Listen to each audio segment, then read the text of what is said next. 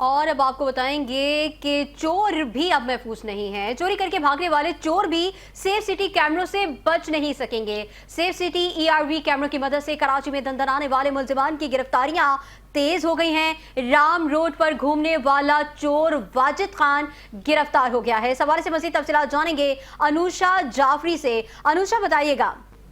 बिल्कुल शहजादी, ये चोरी करके भागने वाला चोर भी सेफ सिटी कैमरों से जो है वो बच नहीं सका है।